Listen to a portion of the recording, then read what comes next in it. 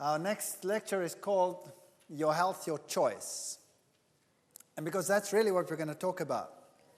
We have many choices that we can make, and these affect what we will be like, what the probability of diseases will be, all of these parameters. Now, we are actually fearfully and wonderfully made. And it is surprising that the human being can take so much abuse and still survive. And the fact that everything is still so normal is really very surprising. What are the risk factors affecting our health? Well, there are some things that you can change and some things that you cannot change. For example, if the environment gets to be very polluted, you can't very well jump off the planet. You're sort of restricted to this place. But there are other things, again, which you can avoid, which I like to call monsters in our lifestyles. Smog blights babies in the womb. Well, there's nothing other than you can do about that except stop breathing. And then there are other things that we do to ourselves, like we take stimulants, we have stressful lives. People wake up in the morning, they feel half dead, they need a stimulant. So one grabs for a cup of coffee or a cup of tea or a cola drink or a cigarette or any one of those just to get going. And you get hooked to these stimulants. And they increase your state of arousal. Then when you come home and you want to go to bed and you've had these all day long, then you need a depressant, something to calm you down. So you come home and you have a drink. Some people have alcohol or spirits. Some go for narcotics. Some are hooked on medication. Some take aspirins, or some just smoke pot, cannabis, marijuana, whatever. And then you can even have some people that try to opt out by using hallucinogens, LSD, ecstasy, any one of those. And if you're really down and out, you go for the inhalants. All of these have their problems. Let's first look at alcohol, generally speaking. If you want to have active natural killer cells, that's a type of immune cell that gobbles up aberrant cells, like cancer cells, for example, then it's good that you should actually have no alcohol. A bout of heavy drinking influences the ability of natural killer cells to destroy cancerous cells. That's been shown. And very small amounts of alcohol can also prevent these cells from actually changing or undergoing attacks or taking part in your immune capacity. So even small amounts of alcohol reduce your immunocapacity. Cirrhosis is not something that only comes from heavy drinking. Women particularly can be prone to cirrhosis of the liver, even if small quantities are consumed. Here, for example, is a normal liver. Here is a cirrhotic liver. Notice the fat deposition. Children, for example, many can be born with what we call fetal alcohol syndrome. Typical would be a small head circumference, low nasal bridge, eye folds, short little nose, small mid-face, thin upper lip. And not all of these features present at the same time necessarily, but typically that would be fetal alcohol syndrome. You know, it's very strange that women who drink excessively while pregnant have a 30 to 45% chance of having a child affected, but notice that just 2 mixed drinks per day seems to be the level at which damage occurs. So even a small amount of alcohol is detrimental to development. It's detrimental to your immune capacity. Everybody knows that cigarettes are bad for you, and typically cigarette smoke per day and the incidence of cancer is very strongly correlated. Here, for example, if you've never smoked in your life, what's your probability of reaching the right old age, let's say of 85? If you've never smoked in your life, you go up to the red graph, and your probability is around about there, 35%. If you have smoked 25 cigarettes or more a day, the probability of getting there is less than 10%. It's quite a difference. What about getting to 70? probability is actually very good if you've never smoked, 80% if you've never smoked, and the probability is only 40% if you smoke 25. So any reduction in smoking is already an improvement, but no smoking, banning would be the very best. If you look at world cancer rates, you'll see that Scotland, Hong Kong, Iceland, United States, Denmark are the ones way at the top there.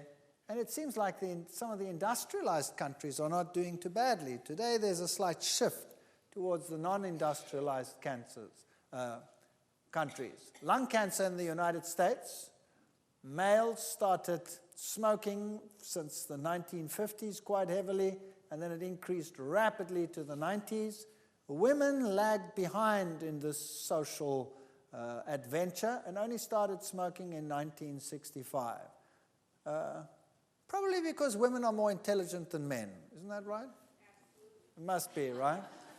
But it seems as if they are catching up eventually, and today there's actually a shift around. So given time, men get more intelligent. I don't know exactly how that works.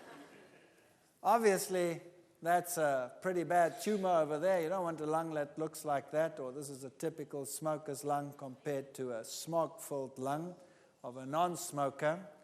And these are pretty bad. Here's an experiment that was done by a colleague of mine. We at our university were quite interested in lifestyle diseases. And this man over here, Professor Moritz, he did a lot of research. He's world-renowned for his nicotine research. And he did some fascinating studies on rats. And here you see metabolic rates, for example. Let's just look at this one. Glucose, burning glucose. Normally, a little rat would have that burning capacity, micromoles per gram per hour burning glucose. But if he gave them nicotine, that capacity doubled. If he withdrew the nicotine, then it went way, way low. Now, that's an interesting point. You see, women, for example, are very attracted to this. When they smoke, they naturally burn more energy, and therefore they tend to stay thinner.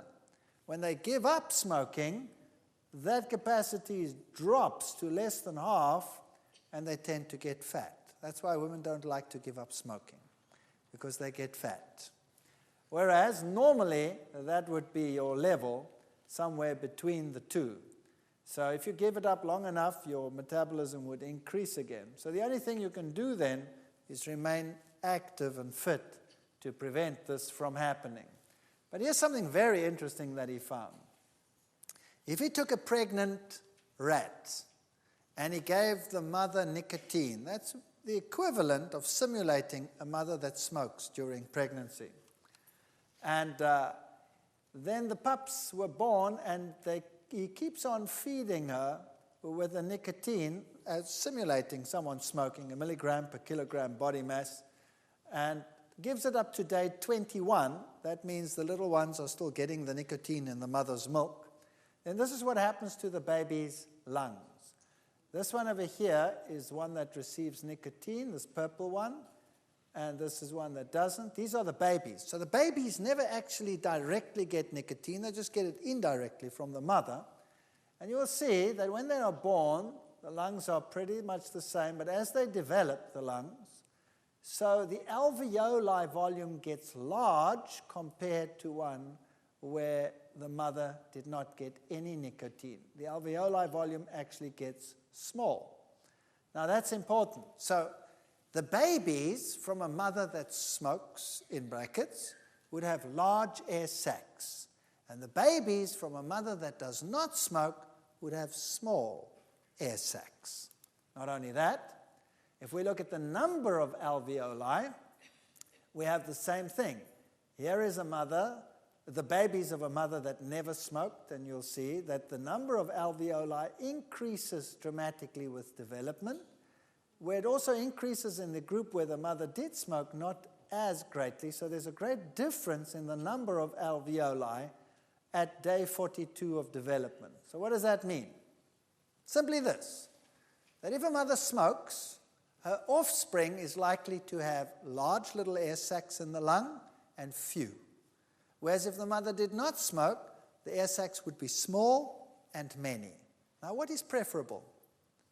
A small one has a large surface area for the exchange of oxygen relative to volume. So if you have lots of small ones, that's the way you would want it to be. And here is the nicotine alveoli of a little baby that did not smoke. Notice the large alveoli and the little holes in it.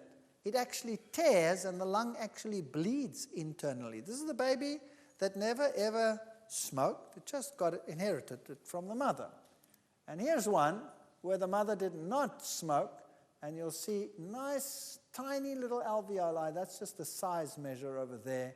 Smooth, no holes in it, absolutely perfect under the electron microscope. So very nice lung development. And then he did something interesting. He took the whole lung and he put it in an acid and he dissolved all the tissue away until only the elastic tissue was left. And here was the lung of a control rat.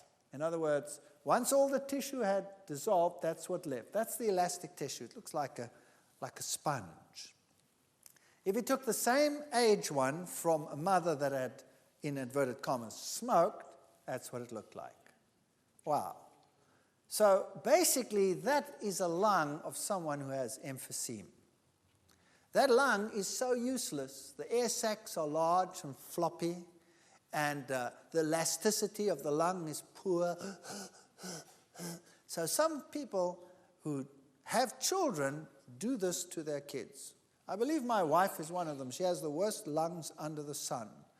You go to that test where you blow to see what the force of your lung is and your capacity. She blows it that far. Her mother was a heavy smoker while she was pregnant, and my wife just inherited these pathetic lungs. Me, I blow that thing into the middle of next week. My mother never smoked, even though I smoked when I was stupid and young. It makes a big difference. Your choice, you see, does not only affect you, it can affect your offspring. And secondhand smoke is just as bad. Then there's something else about certain plants. We've looked at secondary plant compounds, phytochemicals that are healthy. Now, there are phytochemicals that are harmful in certain plants. And these harmful secondary compounds can cause various diseases. Now, why do plants have them? They say these plant compounds are for toxic defense. They are digestibility-reducing defense, and some of them are positive, like anticarcinogens. Bad ones are called alkaloids. Some are pyrethrins. You can use them as insecticides, for example, rotinoids, cyanogenic glycosides, tannin, for example, phenolic resins, caffeols, caffeine, theophylline substances that you find in tea, for example, theobromine, a substance that you find in cocoa, nicotine, a substance that you find in tobacco plants, for example. Those are negative compounds that you want to avoid. Now, different plants have different compounds. All plants vary in the substances within them. And so the whole animal kingdom is spread over the plant kingdom. So certain animals will eat certain foods and no other foods. So, for example, the tobacco hornworm is a worm that feeds on tobacco plants.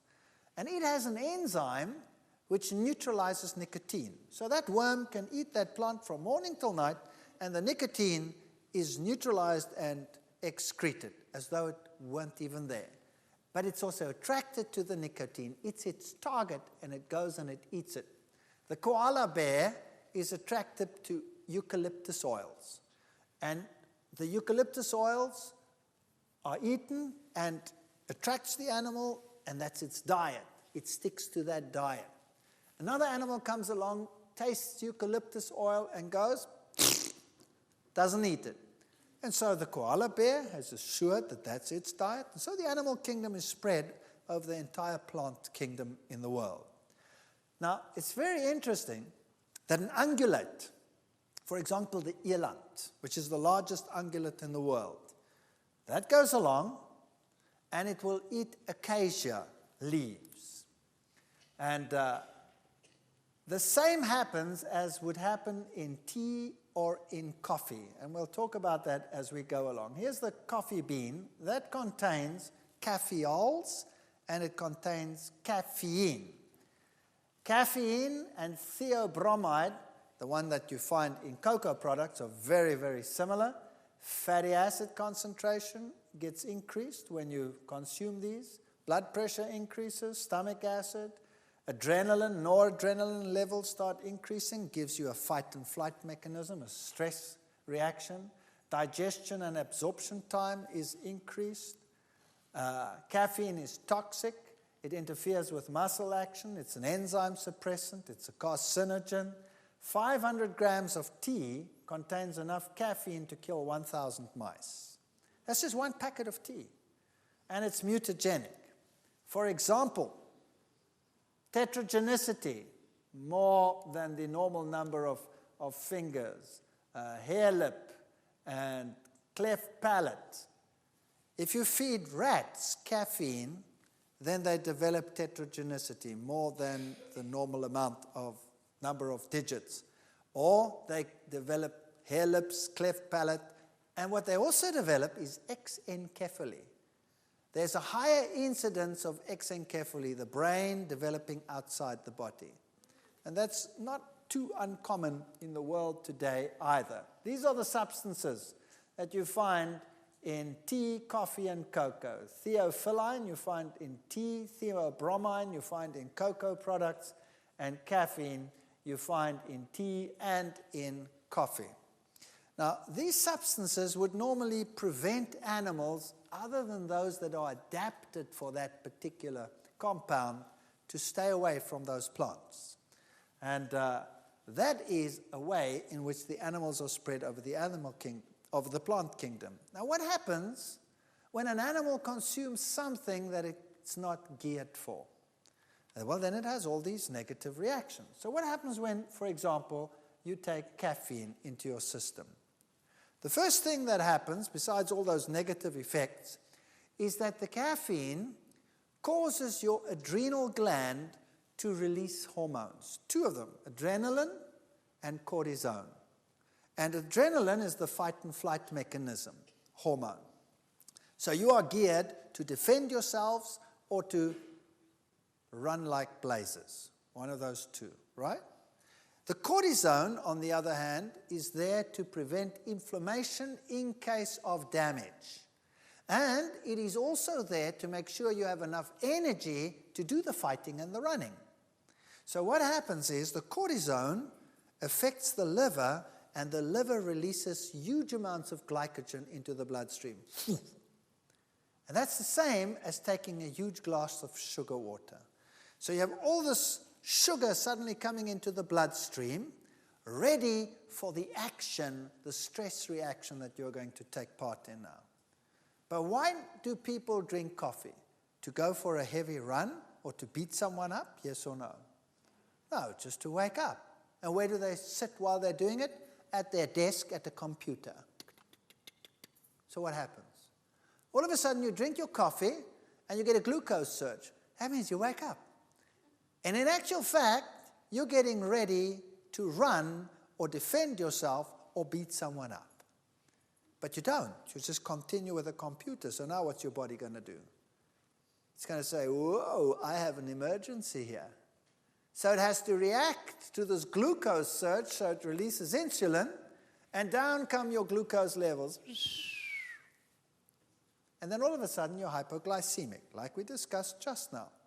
That means you're feeling lethargic, tired, stressed. What's the solution to the problem? I need another cup of coffee. So you get another cup of coffee, and you go through the same process over and over and over again. And instead of doing what you're telling your body is happening to you, you are shunting all of this into a totally different direction. It's the worst thing you could do with your body. Tea. Now here's a typical tea plantation. Look how nice and square it is. And there is my example of this nice animal, the eland. Now, the animal that you see on the screen there does not eat tea. It eats acacia leaves. Now, the eland is attracted to acacia leaves, and the acacia leaves have tannin in them. Now, as the animal eats the acacia tree, the tree actually protects itself against overgrazing. So what happens, as the leaves are broken, they release a pheromone, and the pheromone warns the tree and the rest of the trees around something's breaking the leaves. It's a fascinating system.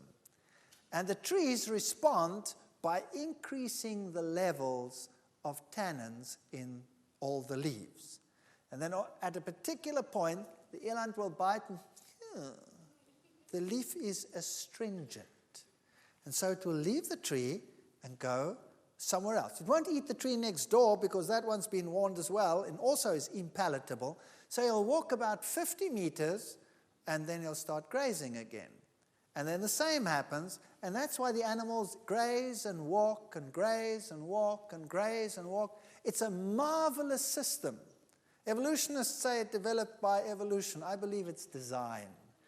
I believe God put it into the tree to prevent the eland from, what prevents this animal from just stripping the whole tree? What prevents it? Nothing. Here's a mechanism that tells it, enough for you, off you go and eat elsewhere. Now there's something else that's interesting. A tree wants to grow. And so the young leaves and the buds are protected as well by putting higher levels of these noxious compounds in the young leaves. We call it the ephemeral tissue, into the young leaves and buds. And then the animals come and eat, and they eat the older leaves rather than the young ones, because the young ones are impalatable to them. And that way, the tree can actually grow even though it is being grazed upon. That makes sense, doesn't it? Imagine if animals came along and only ate the young growth. The tree would never be able to grow. No plant would grow. That would be the end of it. So nature is designed so that there is no overgrazing and that plants can grow even though they are a food source for animals. It's actually a magnificent system. So now, what have we established? When these levels are high, they are deterrents to animal. They cause digestive problems. They cause repression of enzymes and functions such as that. So now let's see what happens when you go to gather tea. Notice that these plantations are square on top and on the sides. They are square. How did that happen? See, what they do is they go and they have found out that it's not good to cut the leaves. The best is to take a long stick and to walk and to trim them. So they go, and they cut them this way. They trim them down to these nice square. That's how they prune them. What does that simulate? So you're breaking the leaves like that. What does that simulate? Yes, that's right. It simulates an animal eating the plants. What would be the natural reaction to the plants after this? To raise the level of compounds that act as deterrents. And when the young leaves then come out after that process, they will have higher levels of deterrence than in a plant that had not been treated in this way. Does that make sense? And then the pickers go out, and for the very best of teas, what do they collect? The two top leaves and a bud. Those have the highest levels of these noxious compounds in them that any self-respecting animal would avoid, but not man. Man picks them, and then what does he do with them? Well, he dries the leaf, and that he calls green tea. But that's not good enough for most people, so what they do is they take all these leaves. By the way, how does he dry them? By cutting down the forest, making huge amounts of smoke, and drying it that way. Then he takes this tea and he puts it into fermentation vats, and he adds bacteria, and then he ferments them. Now, bacteria have to live. What do they live on? They live on everything that is edible in that leaf. And they ferment it away until it's all gone, and what remains in that leaf? Only that which is non-usable. So now, when you take that and you dry it again, what do you have then? Then you have high concentrations of toxins which no self-respecting animal would even get near to. It would be astringent, and it would be bitter, and it would be a taste and a metabolic deterrent. And what do we do with it? We make a solution, and we pour it into a cup, and then we say, drink it. Now do a baby test and give a cup of black tea to a little baby and watch its face. It'll take a sip and it'll go, how? And spit it out, right? What do? Obviously, the thing is impalatable. It's as bitter as gall. It's full of toxins. We have to make it palatable. So what do we add? Sugar, because it's bitter. Now we add the sugar to take away the bitter. We are the stupidest animal on the planet, no doubt. You add the sugar, and then it's still astringent. So what do you add to prevent that, to make it smoother? You add cream. And then you can actually get this noxious compound down. And it's still so wickedly bad that you have to make a culture out of it. So you put it in a neat little cup and you raise the finger and you teach everyone that you have to drink it like this. And then you must say, afterwards. And when you have learned that, you've become a tea drinker, right? And there is no animal as moronic on the face of the earth. No other animal would do that except man. So tea and coffee is bad, bad news. So I have good news for you. There are many, many plants out there that have very good phytochemicals in them, and herb teas are not made from 2 leaves and a bud. How do they make herb teas? They take the whole plant and they use the whole plant for herb teas. So that is the best way to go about it. And then I have another piece of good news for you. There are some herb teas on the market which taste just as bad as black tea. So you don't even have to give up anything.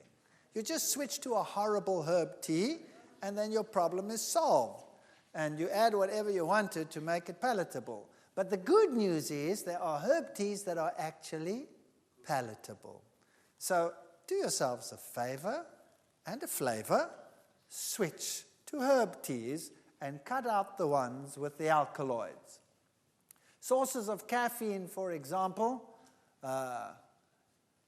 ground beans will give you 66 to 80 milligrams in a 2-cup drink.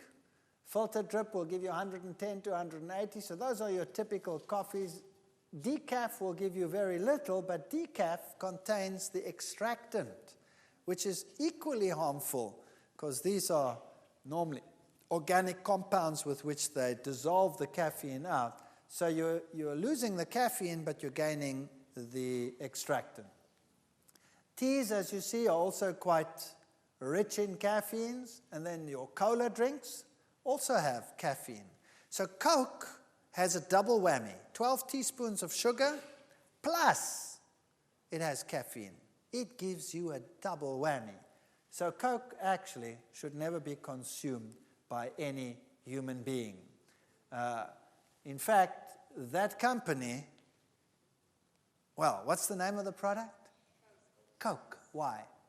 Because it's the extract of what? Cocaine plants.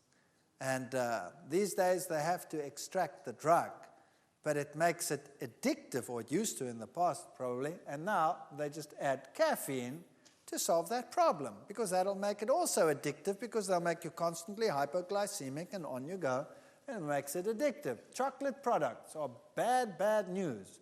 Look at all the products and the theobromines you get out of those. Cold remedies, weight control things, diuretics, they put these compounds into everything.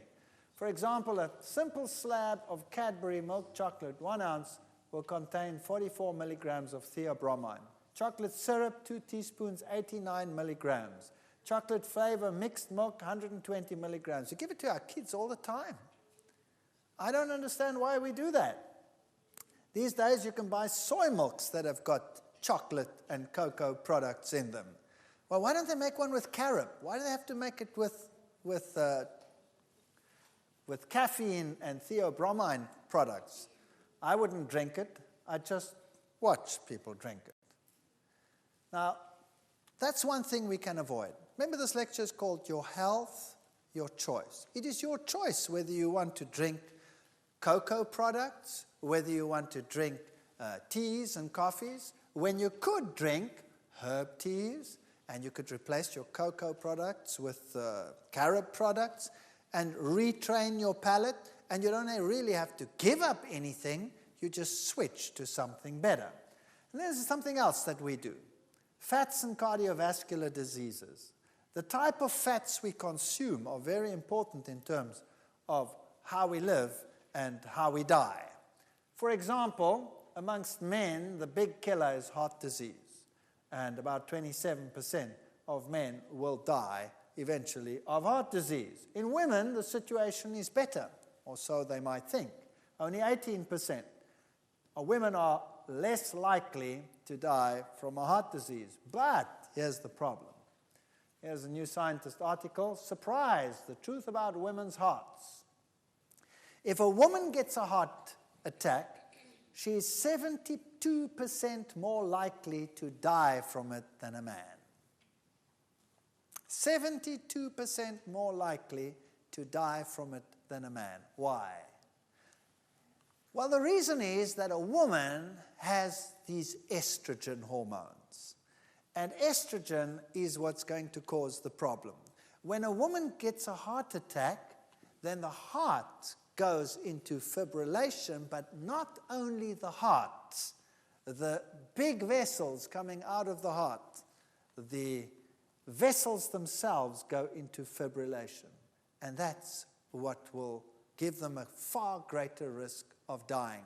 A man not having those estrogen levels, the heart goes into fibrillation. If they can shock it back into reality, that's so fine. But at least the vessels don't fibrillate. And if your vessels fibrillate, well, then the blood doesn't go through that either.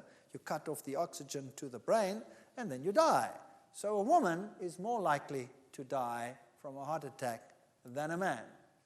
If you take a typical statistics in the States, for example, then you'll see almost a quarter of the population, I mean, that's horrendous, have some form of cardiovascular disease, like high blood pressure, 50 million, coronary heart disease, 12 million, myocardial infarct, 7 million, angina, 6.2 million, stroke, 4.4 million, rheumatic fever and heart disease, 1.8 million. That's the American Heart Association.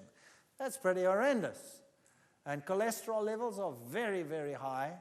98.1 million American adults have high cholesterol levels. Even young kids, 19 years old, have cholesterol levels of 165 milligrams per deciliter. There's only one nation that keeps up with them, and that's Finland.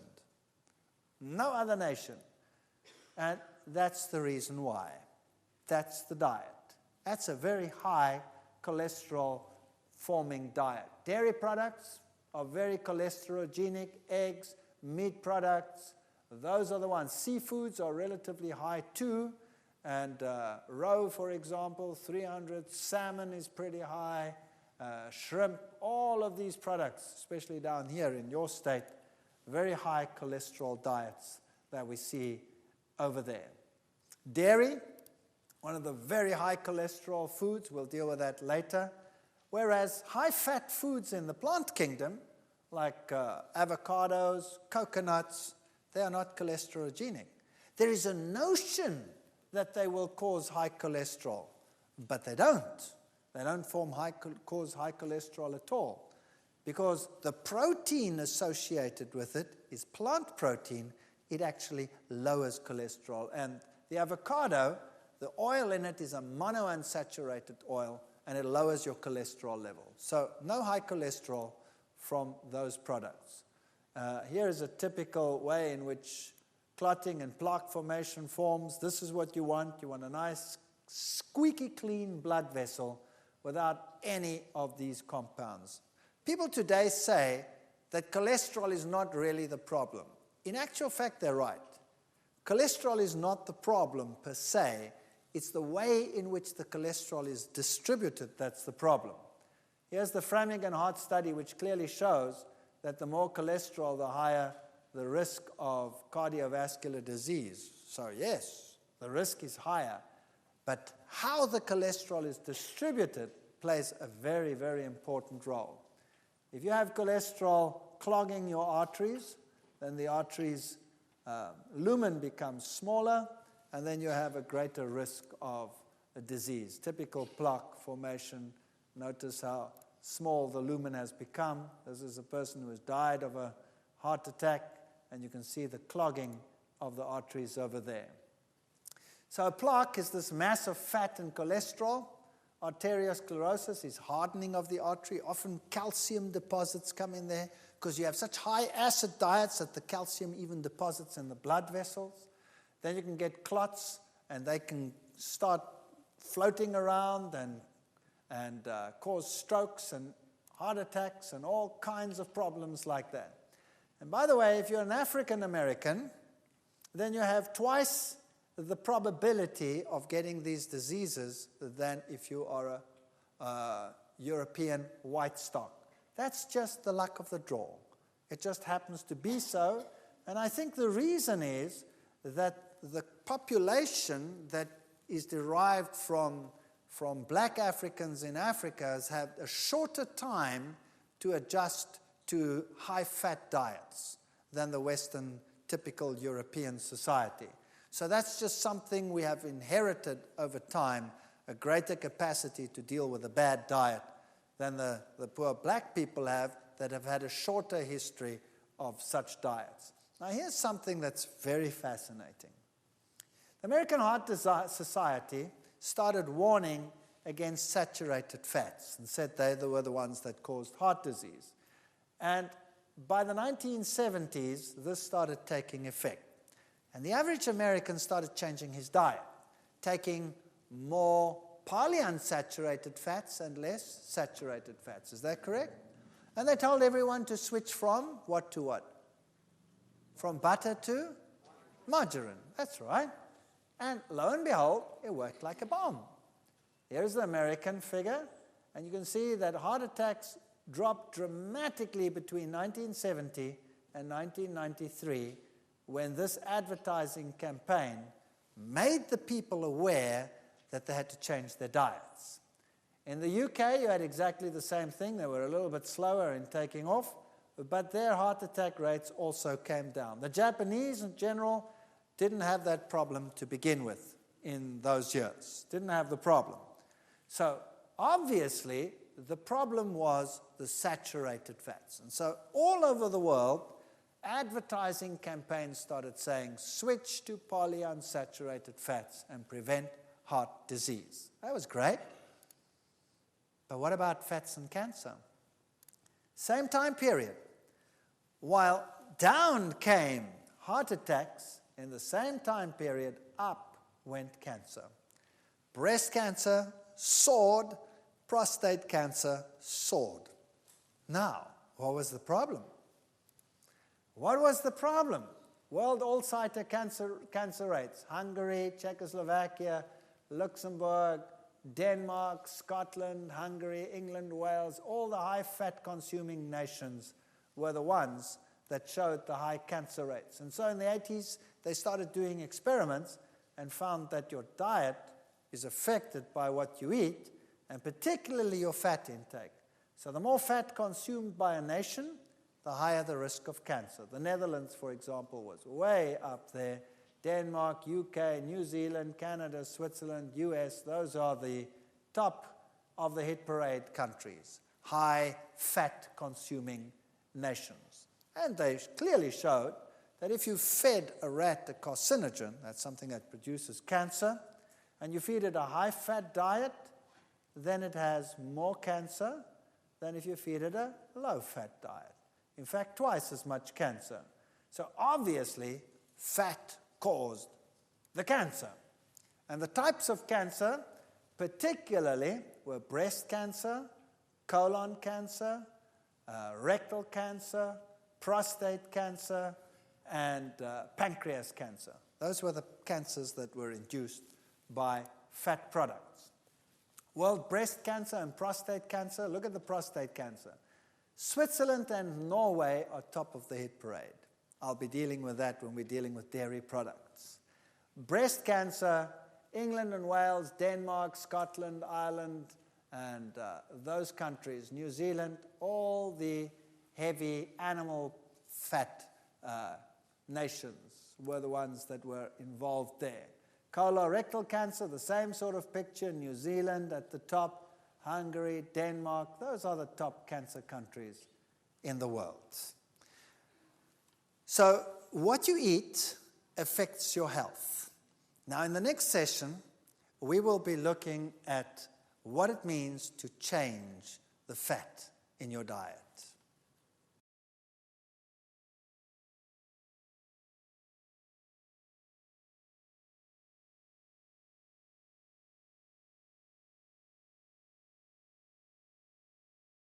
All right, we've been looking at fat in the diet. And fat in the diet, we saw in our previous session, is directly correlated with disease, either cardiovascular disease or cancer. Now we're going to look at messing with fat, changing the structure of a fat. What does it mean? Now here's a normal saturated fat. Notice that there are no unsaturated bonds over there. Here's an unsaturated fat. There's a double bond there, a double bond, and a double bond. So this is a polyunsaturated fat. Wherever there is a double bond, the molecule makes a kink like that, like a V, okay? And so the molecule, because it has these kinks, is an open molecule. It's sort of open. And that means oxygen can get in very readily. So this fat over here tends to oxidize quite readily. And when it oxidizes, it forms free radicals. So when you extract a fat, it starts oxidizing. And the more unsaturated it is, the more it forms free radicals. For example, the polyunsaturated fat is unstable, and it causes free radicals over time. So you need a balance between polyunsaturates and antioxidants. And the natural antioxidants that you find in plants are vitamin A, vitamin C, vitamin E. And that vitamin E is built right into the seed where the oils are. So in a seed, the oil, in a sunflower seed, the oil is present, packed with antioxidants, and that oil remains stable. As soon as you extract that oil, then you expose it to air, and you have to increase the amount of vitamin E dramatically, 200 times, before it will stop oxidizing. And that doesn't happen. So they extract the oil, and then it forms these free radicals. And it forms all these compounds, peroxides, aldehydes, ketones, all these bad fellows. Now, when they extract the oil, to get enough oil out of the seed, they heat it as well. So, for example, when you heat a saturated and a polyunsaturated fat, and you heat it to 170 degrees for 2 hours, then it causes liver ailments when you feed it to an animal. That's centigrade. That's what, about double it for Fahrenheit. All fats heated to 180, that's about 360 degrees Fahrenheit, for 2 hours or more will produce serious liver ailments. And a triunsaturated fat will undergo oxidation 10,000 times faster than a monounsaturated fatty acid. So now here's the problem.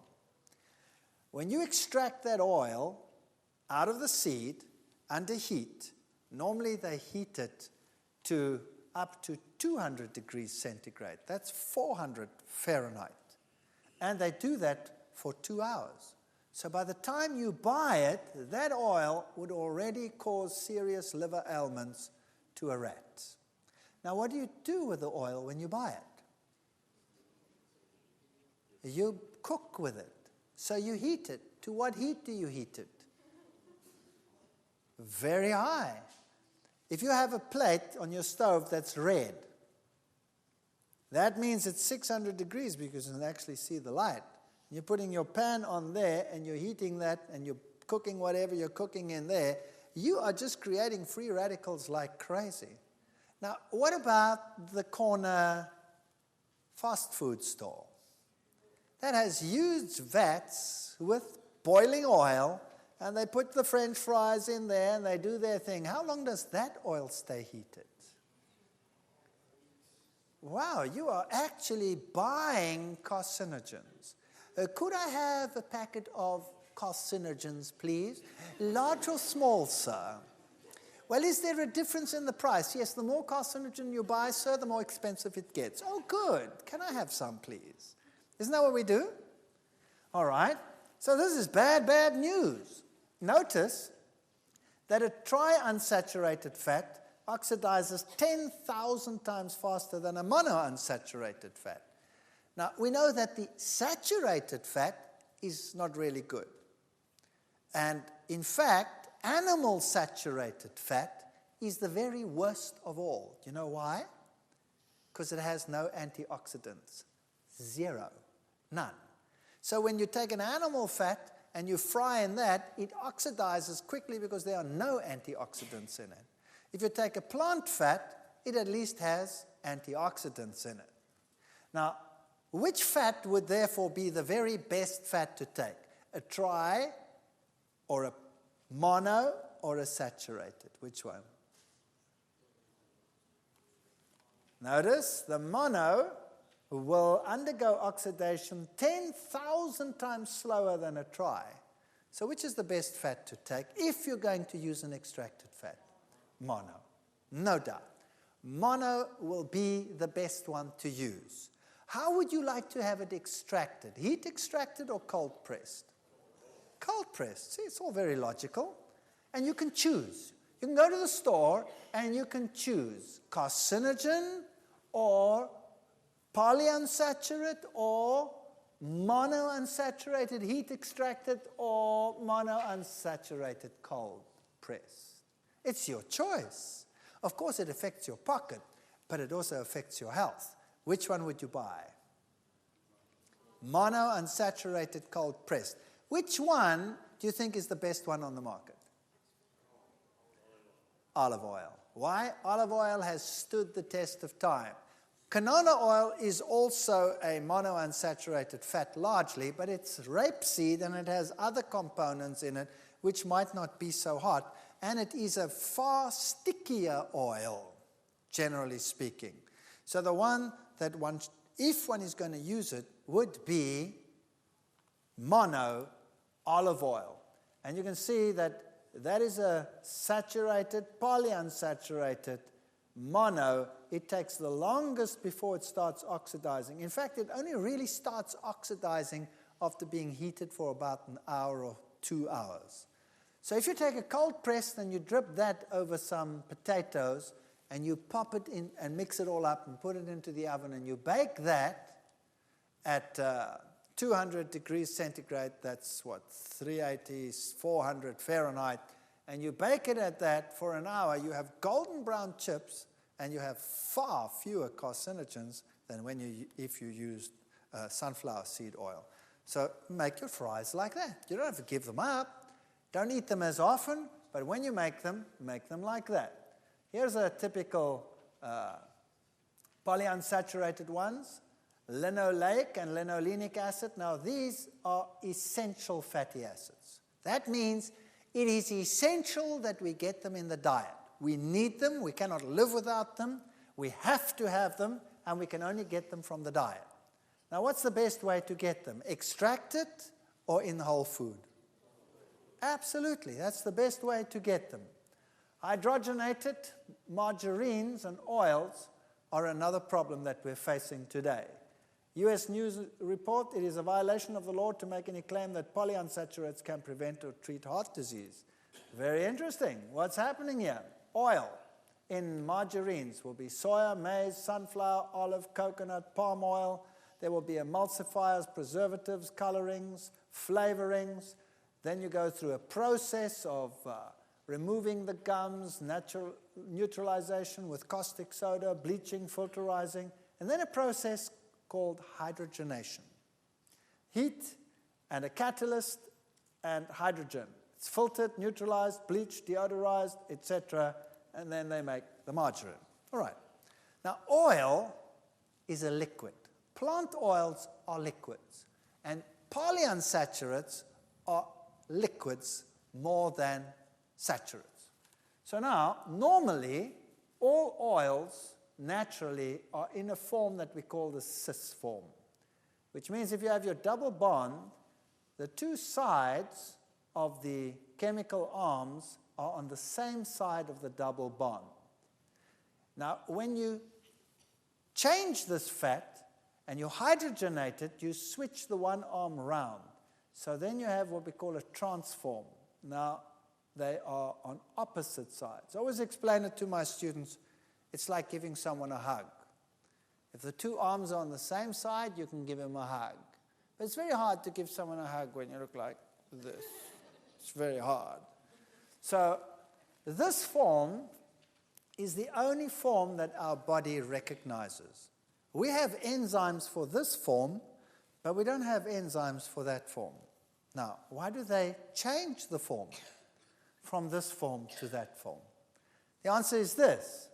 That form is a liquid. The cis form is a liquid, and the trans form happens to be a solid. And they know that you do not want to pour your margarine over your bread. You want to smear your margarine over your bread. Does that make sense? And there's one other thing.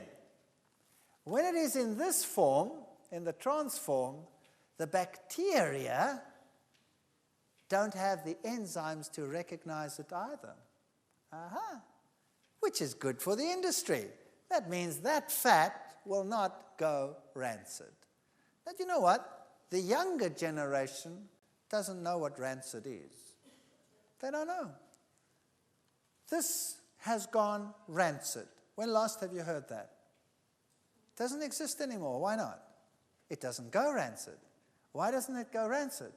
Because the bacteria don't want it anymore. Why don't they want it anymore?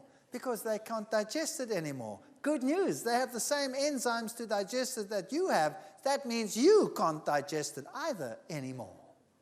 So what is a margarine, really, if it's full of trans fats? It's a foreign substance. I call it shoe polish. You see? He already answered.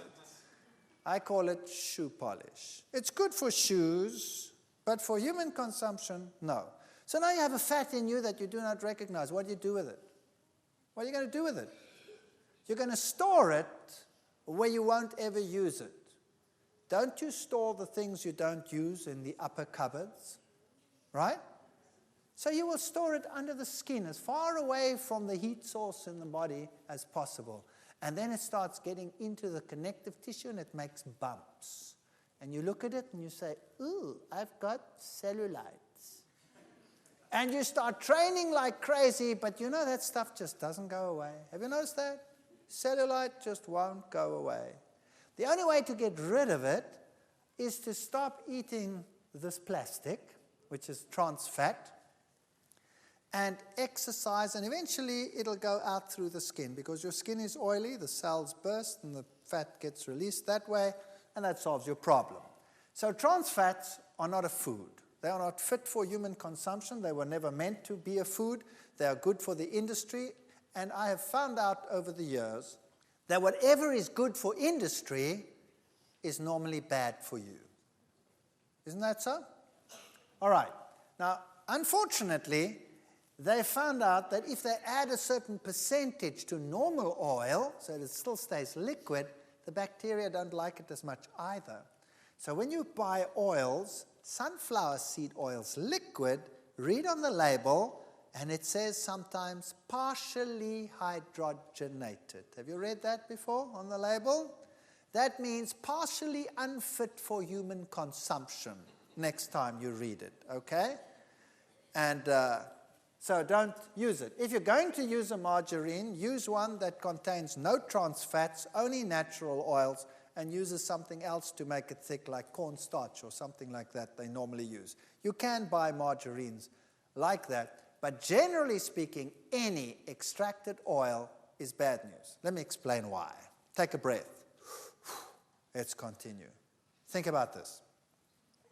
If I take a basin of water and I pour oil in it, and then I take hot water, warm water, and then I take a plate and I go dip out.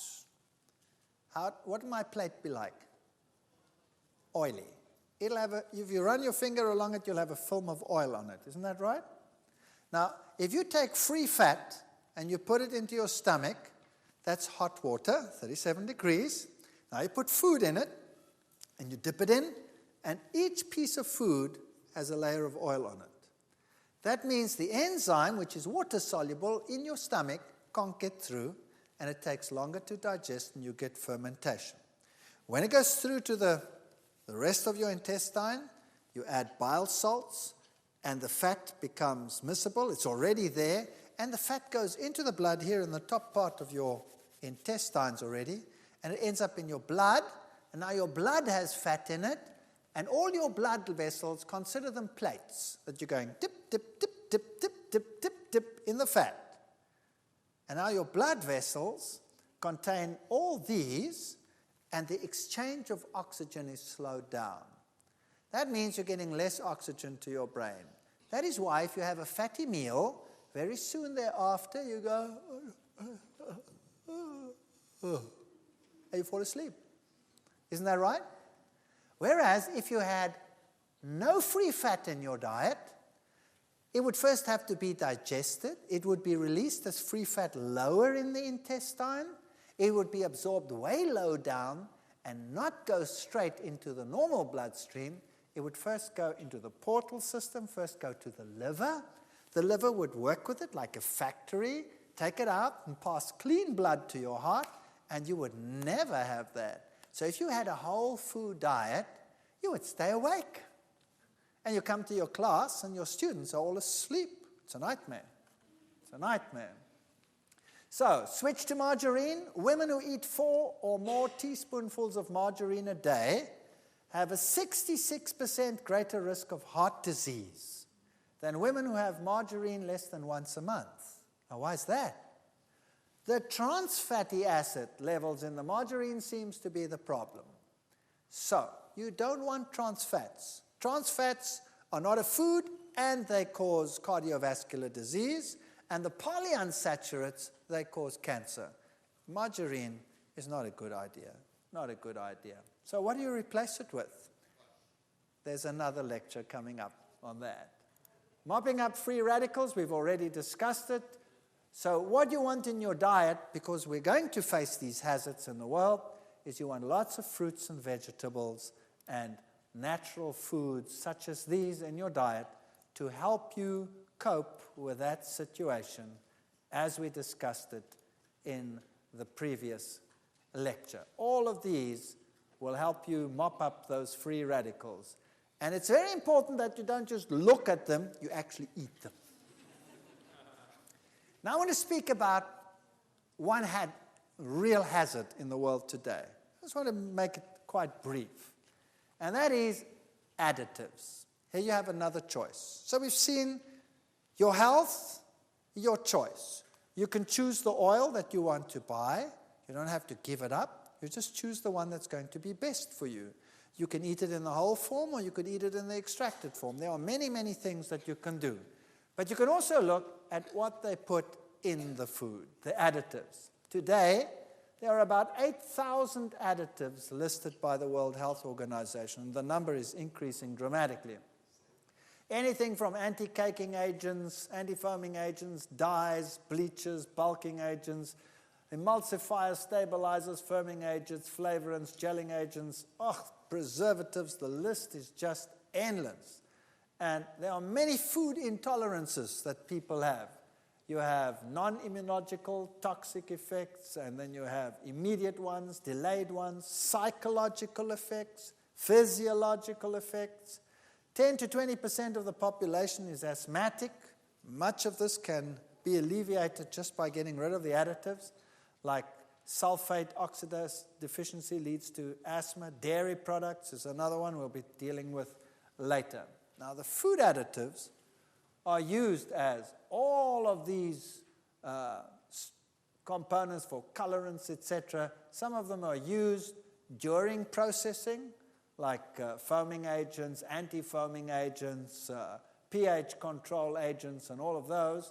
And some are used in the final product, like your antioxidants, your colors, your pH control agents, your texturizers to keep things crispy, etc. And these are some of the behavioral reactions. Migraine, hyperkinesis, that's hyperactivity, or super sluggishness, photophobia, depression, irrational behavior, all of these, paranoid ideas, even transient blindness, and then all of these nerve disorders, insomnia, fatigue, nervous tics, all of those can be attributed to food additives. Sweeteners are one of the worst ones to watch. They're used in place of sugar, as you know. Saccharin is a very common one. It's implicated in abnormal cardiac rhythm, causes itching, nausea, swelling, blistering. It's a mutagen. It's listed as a carcinogen and banned in some countries. Some countries don't ban it. I don't think the United States actually bans it. It's one of the countries where you can get it. So saccharin is not one that we should take. But one that is probably most rampant in the world today is aspartame. It is used everywhere. It's used in power drinks. It's used in sport drinks. It's used in sweets. It's used so widely that it's scary. You'd have to watch where it is used. Aspartame is the technical name of a brand name such as NutraSweet, Equal, Spoonful, Equal Measure, all of those. And it accounts for about 75% of adverse reactions in the United States, for example. There are some 90 symptoms associated with it: headaches, migraine, dizziness, seizures, nausea, numbness, muscle spasm, weight gain, rashes, depression, fatigue, irritability, tachycardia, fast heart rhythm, insomnia, lack of sleep, vision problems, hearing loss, heart palpitation, breathing difficulties, anxiety attacks, slurred speech, loss of taste, tinnitus, vertigo, memory loss, joint pain. I mean, the list is just endless. That's definitely one to avoid. Now, what does it do? This is what can be triggered by aspartame. So brain tumors can be triggered by it. Multiple sclerosis, if you have it latently, it can be triggered. Epilepsy, chronic fatigue syndrome, Parkinson's, Alzheimer's. Doesn't cause it, it just exacerbates it. Mental retardation, lymphoma, birth defects. Oh, terrible stuff. Now, what is it made of? 3 chemicals: aspartic acid, phenylalanine, and methanol. 2 of them are amino acids. So there's 2 amino acids. So people will tell you aspartame is a natural product. It's made of amino acids. In fact, free amino acids are sweet. And so most amino acids will act as sweeteners. And phenylalanine is probably one of the sweetest. So if you take that freely, it's sweet to the taste. Aspartic acid is the other one that is sweet to the taste. And then also contains methanol. Now, aspartic acid, as you see, is an amino acid taken in its free form. It significantly raises blood levels of aspartate and glutamate. Now, the same you will find in monosodium glutamate, MSG, that you find in Chinese food a lot. And aspartate and glutamate are what we call excitotoxins. Now, people will say, no, hang on a second, it's just an amino acid. But think about this. No animal in the world, no creature in the world ever eats free amino acids. You just don't do it. How do you get your amino acids? You eat a protein. And the protein is not sweet when you chew it. The protein goes into your stomach and there it is cleaved into blocks by the enzyme pepsin. And then it goes through to the duodenum, and there it is cleaved by another protein called trypsin into smaller pieces.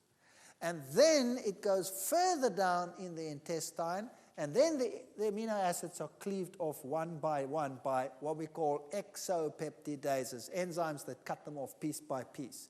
So the only place in your normal life where you ever have free amino acids is way down in the bottom of your intestine. Now, where does that go to? It goes just like that fat. Where does it go to? It goes to the liver. And the liver is a factory. It is your food factory. And it builds everything into your type of protein that you need and then transports it to wherever it has to go. So you never have excesses of those free amino acids free in your blood. Whereas if you take them free like that, they go straight into your bloodstream and they end up in the brain, where they shouldn't be. They should first be regulated by the liver. They go straight to the brain and they act as excitotoxins. So your kids go berserk and the adults go depressed. Now, what does it do? Excessive levels of phenylalanine in the brain can cause the levels of serotonin in the brain to decrease. Now, what's serotonin? Serotonin is a neurotransmitter. Now, schizophrenics have low levels of serotonin, and they go berserk. They're dangerous, they can kill you, they are out of control, so they're put into asylums. And then a psychiatrist comes along and he gives him medication to what? Raise his serotonin levels, and then he's quite normal. You can talk to him, there's no problem. There's no problem with that person. And as soon as he's off the medication, down goes the serotonin levels, and he becomes aggressive. So now imagine this. We are making our society aggressive by giving them excessive levels of phenylalanine. Kids that drink these power drinks and that drink these sports drinks have high levels of this compound, and that's what happens. And then they become highly aggressive. And by the way, the antioxidant that they put on snack foods, like chips, butylated hydroxytoluene, butylated hydroxyanisole will do exactly the same thing. Lower the levels of serotonin. What do our kids eat in break? They eat these snack foods, and they're hyperactive, and they're aggressive, and they kick each other to pieces. Methanol, what does that do? That's the other compound in it. The recommended limit of consumption is 7.8 milligrams per day. Now, 1 liter, that's a quart approximately, of aspartame sweetened beverage contains 56 milligrams of methanol. Take a look there. 7.8 is maximum recommended. 1 liter, not 1 quart, will contain 56 milligrams. So heavy users of aspartame consume as much as 250 milligrams of methanol per day, or 32 times the recommended amount. Wow. That is bad news, and that will cause problems and diseases like you cannot believe. So aspartame can be found, for example, in instant breakfast foods, breath mints. Read them, those little ones, very often, those nice, cute ones. Watch them. Cereals, sugar-free gum, cocoa mixes, coffee beverages, frozen desserts, gelatin desserts, juice beverages, laxatives, multivitamins, milk drinks, pharmaceuticals, supplements, shake mixes, soft drinks, tabletop sweeteners, tea, beverage. It's everywhere. Wine coolers, yogurt. They put this stuff into everything. I think they're on an agenda to destroy society. I think that's what they want to do. By the way, the level of brain tumors in areas where aspartame was introduced is far higher than in places where it's not introduced. So it's even carcinogenic. MSG will do very much the same thing. General weaknesses, palpitations, headaches, cold sweating, shuddering, especially in children. So what am I basically telling you? By the way, if you take these sweeteners that consist of amino acids, this is what happens. Imagine this. You put this into your mouth and you pick up sweet. Your tongue tells you sweet. Now, there's a nervous connection between your tongue and your brain, or else you wouldn't know that it's sweet, right? But there's also a nerve that attaches to your brain, and the brain says, sweet, something's on the way. What is it? Sugar. And it sends an impulse down to the pancreas and tells the pancreas, sugar on the way. And the pancreas says, brain says, sugar on the way. Starts producing insulin. And then, after a while, no sugar comes. All you have is amino acid coming down. And the pancreas says, hello, what's going on here? Where's the sugar? The brain says, I know it's coming. I tasted it. Are you calling me a liar? Of course not. And so this communication goes on, and the pancreas responds every time to the brain and produces insulin. And then nothing happens. And guess what happens?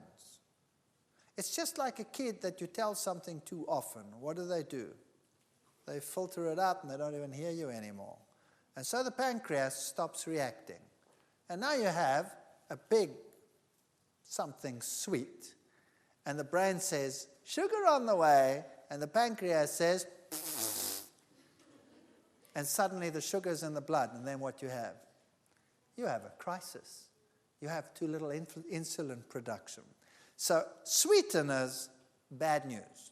If you want to make something sweet, then use dates, for example, or natural products like that. So headaches, sweating, seizures, shuddering fits, all of these. The antioxidants we've already spoken about, butylated hydroxytoluene, butylated hydroxyanisole, those are the ones that they put onto all the snack foods. They also lower the serotonin levels by as much as 40%. That's like a schizophrenic.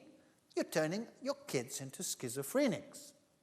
Colorants cause hyperactivity, aggressiveness, allergic reactions, anaphylactic shock. Tartrazine is particularly bad.